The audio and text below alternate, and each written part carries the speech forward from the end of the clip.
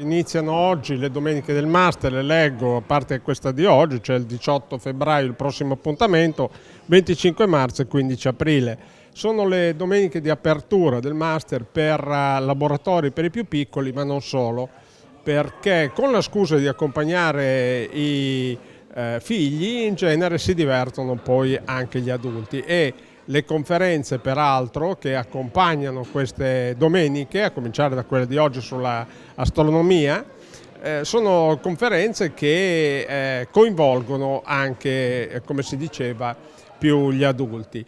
La presenza è buona, ma del resto anche con Mantova Scienza abbiamo avuto già dei segnali molto lusinghieri per quanto concerne l'interesse che a Mantova c'è, ma forse in tutto il paese in questo momento, per la scienza divulgata, che non vuol dire solo favole, solo eclatante, ma è un primo scalino per poi approfondire le discipline scientifiche che sono, come sappiamo, una parte del pensiero umano.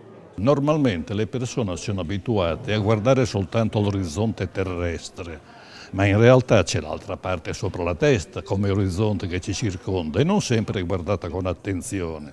E allora lo scopo di questo primo incontro è di dare uno sguardo verso il cielo, così l'abbiamo intitolato, sia stimolare a dare un'occhiata dapprima a occhio nudo e poi magari con il telescopio.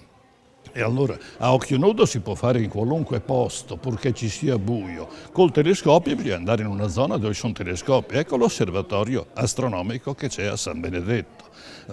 E faremo vedere questa sera cosa si vede di giorno guardando il cielo e cosa si vede di sera guardando il cielo.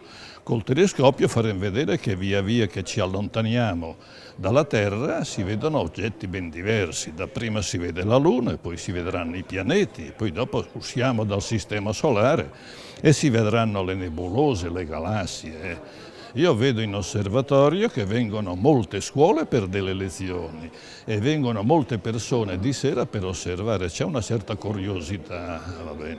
E noi vorremmo stimolarle questa curiosità, perché più persone si interessano di osservare la volta celeste, forse meno guai succedono su questa piccolissima terra.